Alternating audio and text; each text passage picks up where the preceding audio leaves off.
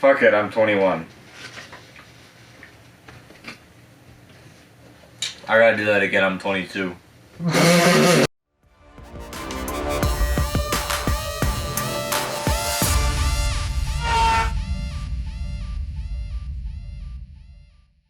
But anyways, in all seriousness, guys, welcome back to another Raunchy review.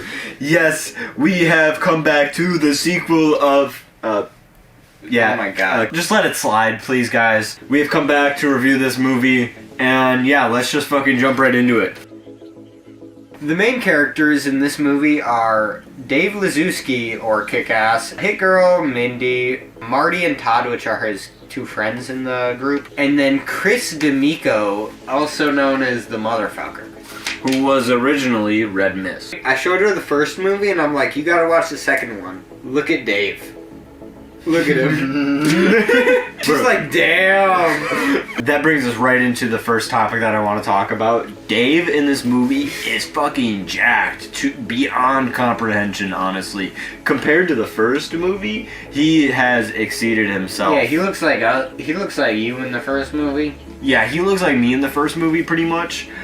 In the next movie, it looks like he's Ben Affleck, you know? One thing that I have thought about though is like, what are his character motivations in this? Like, is it just, you know, I mean, like, towards the end, yeah, his dad dies, and that, like, motivates him to try and take down Chris D'Amico. I feel like his character is just, he's bored, and then he just goes out and saves people again. The last thing I want to say about Kick-Ass is I think Kick-Ass wearing the Big Daddy armor is a really cool look for him. Very much so. Yeah, and then I think it is like kind of his stepping stones for then modifying his suit technically in the end of the movie where you see the metal mask. The metal helmet and everything. Yeah, like that's kind of what gave him the inspiration to go that route. Talk about Mindy as a character. Who's Mindy?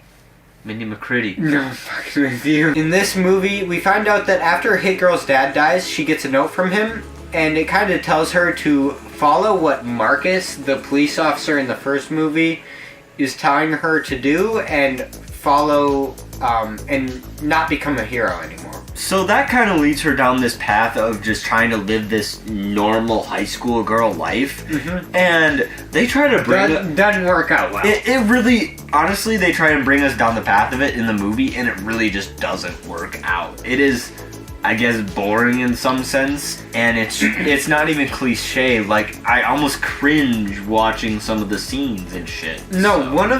one of my least favorite scenes, and I will always say this whenever I watch it, the cheerleader scene. Yeah, like when she's trying out to be a cheerleader. Let's go into it, man. The fucking cheerleader scene. I hate it. What is that? Like, she is fighting ninjas, and the whole cheerleading squad thinks she's dancing amazing. Alright, moving on. He's like, you're getting too angry. I'm not getting angry enough. Chris D'Amico as the villain, I think, is really great. I mean, I think as just like a comedic villain, truthfully, because he's honestly a really bad villain. Like, you see that person and you're just gonna be like, I could kick the shit out of you. But also, it's just like, I could fuck up Chris D'Amico. But also, the thing is he's supposed to be evil Batman in some sort of rights, right? Because he says his superpower is his money, you know? And that's pretty much his Batman superpower, at least what Ben Affleck's told us. Like, one of my favorite scenes is when he's like, you gotta find me some badass MMA types to train me, okay? Like a Chuck Liddell or whoever. Then it's just immediately Chuck Liddell. But I do think one of the best scenes that he is in, though, is when Javier dies. And I know you said that it really does kind of cement him as a supervillain then. So he probably could have been turned back by Javier. Right. Or anyone else at that point. Before his uncle ends up killing Javier. And he says it himself. He's like, that's what I needed. And that probably cements why he even kills himself in the later scene. He legitimately thinks of himself as a god at that point. But I do like how after that point he's like, holy fuck, I didn't die. Did you ever watch the after credit scene? There's an after credit scene? There is an after credit scene where you What see is it? him still alive. That is hilarious. Yeah. I didn't know that. So one last thing I wanted to talk about is our favorite character was Jim Carrey in this movie. I can't believe we did not mention him.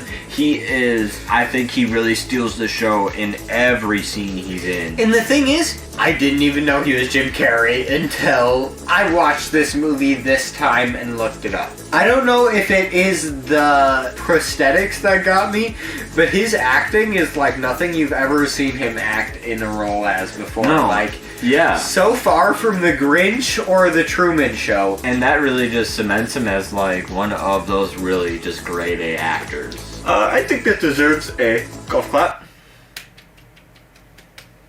Anyways, The fuck was that? I don't fucking know. So this movie starts off with Dave Lazuski. He's kind of bored of dating the one chick he started dating in the first movie. Yeah, that one. And the relationship was kind of boring to begin with anyways. So he ends up meeting up with Hit Girl again and starting to train with her. Well, that's happening. Kick-Ass's enemy now, Chris D'Amico, or now gonna be known as the Motherfucker, he's kind of becoming his own real villain as he ends up killing his own mother. And then his butler dies. Before Javier's death, the butler's death, he kind of helps assemble a team for the Motherfucker though, and that's with a whole little crew, and then after that, the Motherfucker kind of assembles a whole cult, kind of little army gang. a little army gang, yeah, whatever you want to call it. He gets a whole building set up for them with a shark. There's some stuff with the one chick, Mindy McCready. She kind of like goes through some high school drama that's not even really worth going into, but it's pretty much just like one popular chick against the not super popular chick, but she's equally as attractive and equally as whatever. Like nothing just what you have to really, take away from nothing matters. There is a thing with a boyfriend who immediately gets dumped and were never talked about again, and it doesn't really matter because after that it just goes into the stuff with the straight villains and she becomes a superhero again, which is what everyone wanted to see anyways. I don't know, there's nothing really brought to the table with them. No. Todd? Fucking Just Todd. Not only was he recasted for this movie, Right, like he's not a Silver Surfer anymore, so he's not even worth being in this movie. is Quicksilver. You know what? But they did a good job with the recast. To be fair, Yeah. I literally didn't notice that was a recast until this watch. But I mean, and It's because but the Todd character was so little in the first movie. yeah. That's why it really didn't matter. I mean, it was kind of the only reason I wanted to bring it up is because he's the only reason that Kick-Ass's dad dies. So, and I feel like that's the only reason he's really in this movie so much. He never tells anyone that, or he's never forgiven for that. So Right. It's just kind of like he's a shitty person. He should have been in the Shark Tank too. That's how it should have ended. Speaking of Kick-Ass's dad dying, that does bring us into a really cool funeral scene where Kick-Ass gets abducted and Mindy McCready then has to be a superhero again, which is a really freaking fun scene where you do see a guy just get fucking run over by a car, and it is brutal, and I loved it. All of the scenes in this movie with superheroes are excellent. Actor Gravity, I think was his name. He was such a fun character, and everyone else in the superhero group, besides Night Bitch, who was kind of just someone to be there for Dave Lazuski, I guess. Kick-Ass. Pretty much. But I feel like that definitely brings us into the climax of this movie, which is Dave Lazuski and his crew going up against the Motherfucker and his crew. And The toxic mega cunts. I love the name of that. Right. Not really like an endgame style thing, but it's kind of endgamey a little bit in the style of everyone's going at each other and one person is going to be the victor in the end of it. So, which then leads Kick-Ass and the Motherfucker on the top of the warehouse or whatever on this glass. and they're fighting and shit. Kick-Ass tries to save the motherfucker for the last time until he's like, I'm gonna be a god, and then drops into the shark tank and pretty much almost kills himself, yeah. After that, it then leads into Kick-Ass and everyone disbanding from being superheroes. They're on the top of the building and they're like, this is the last time we can do this ever. Mask! Because you see Dr. Gravity immediately, or he's still a hero, I guess. Yeah. But he is no superhero. A superhero is mask and superpowers and shit. Then that kind of leads Mindy McCready bringing Dave back to his house, which leads into a really fucking weird kiss between them. A very unnecessary kiss. It did not need to happen at all. Especially when you hear earlier that she's 15 and he's 18. I seriously think if they would have switched that up with a hug, it would have been a lot better and more sincere. It would have been more sincere. 100%. So the first thing I want to mention is, with the first movie, this movie, again, it's a real world with real consequences, and I think that is something that really sticks across the duology of these movies, and I think is very apparent in this movie when, at least when Dave Lazuski's dad dies because he's a superhero. Choreography in this movie, it definitely seems so much worse than the first movie. I don't know, is there any scene that you would say is as good? No, but I definitely feel as if they're cutting it a lot quicker. Yeah, like they're not letting you see what's happening in the shot. They're punching and then cutting away. Punch, cut away, cut away, cut away, cut away. And the last thing I wanted to go over was that I thought they tried to add a little more comic booky elements into it. One of the big things was, so they try and infiltrate these sex traffickers that are speaking another language. So they're using word text bubbles, kind of like comic booky bubbles to display the English text. Another language, Bryson. Just find out what they were, bro. No! We're too far in. We're too far in. But I laughed so hard when you said they're speaking another language. Thought that Chris naming everyone on the toxic mega cunts was hilarious. Like, they're like incredibly racist stereotypes. Every one of them was racist, sexist, or excellent filmmaking. Absolutely, yes, absolutely.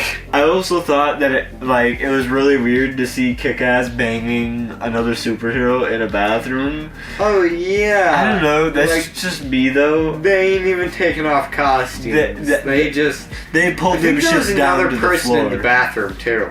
That's some weird shit. One thing I did want to say is that Mother Russia in one scene kills 10 fucking guys. Here it fucking is.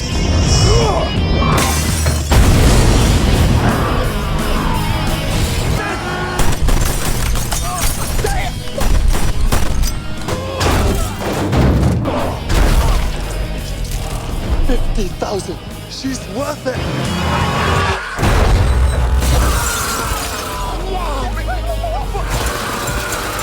Back up, 8 men down. I think you need 10.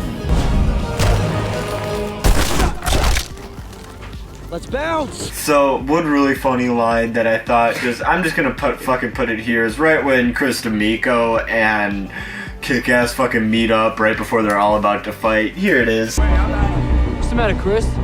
Shit hit your shorts? Yeah. I'm gonna wipe my ass with your face. And then also, the opening scene of this movie is funny and also pays homage to one of the scenes in the first movie where Big Daddy is shooting Mindy with a bulletproof vest, which now Mindy is now shooting Dave with a bulletproof vest, which I thought was a nice switch around and also funny scene. Alright, Sawyer, are you ready for some fucking facts, man? Listen, I'm not in the fucking mood to fucking try. We're going with fun facts. That's what they're gonna be called right now. They're called fun facts. Here's the fucking text. There you go. Some of Red Mist / the Motherfuckers' nastier moments from the comics, including murdering children and raping Dave's ex-girlfriend, were omitted from the film.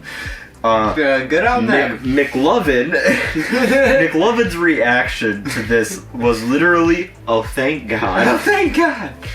Give me this guy. We're done. Do I have to put fun facts again?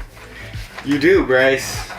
Except this time, you gotta put Jim Carrey in front of fun facts. Since Jim Carrey, probably the best performer in this movie, was in this movie and probably went unnoticed by half or maybe more of the audience. Did you know he was friends with Tupac Shakur? No. He was also the first actor to get $20 million for a contract. That's crazy. And he was almost Willy Wonka.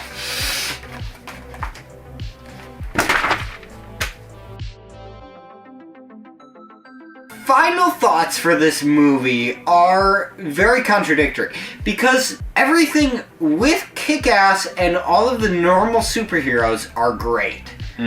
But there are some very shitty scenes with Mindy McCready and I guess Marcus and maybe even Todd that aren't very good and probably could have been dealt out. In all, I would say it's a very good sequel for what it is and probably one of my favorite sequels that have ever came out. I would say so. I mean, I wouldn't say it's better than like Spider-Man 1, Spider-Man 2, just because I may be a little biased, but you know, Really?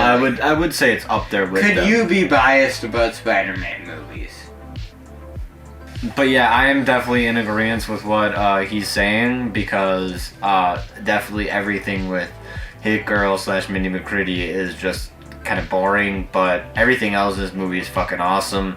Again, it does tease a third movie, Which could have been cool, Which but could have I been doubt cool. it would have been cool. but if you do want to see what the possible third movie would be like, I believe there's a fan film out on YouTube right now that is doing something like that, I think. The third movie?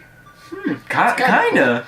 I'm pretty sure I he's remember very... there was a fan film about just Kick-Ass that I remember seeing once or twice, but But yeah, so what would you rate this movie? 3.5. 3.5 stars. I would also give this 3.5. I'm giving this a 3 stars because like it could be better. It could have been a lot better as a movie, but it's still a good sequel. So, yeah. So that's what we had to say about this movie. Guys, really, what did you guys think about this movie down below? Because we really want to know. Guys, remember to please leave a like on this video. And comment any movies down below that you want us to review. And remember to hit that subscribe button because the subscribe button will be waiting for everyone. And we're out here, guys. Deuces. Deuces. Are we doing good or are we doing... I think we're doing really bad. That's for you to decide. Like, when we edit this video. I'm just stopping it now.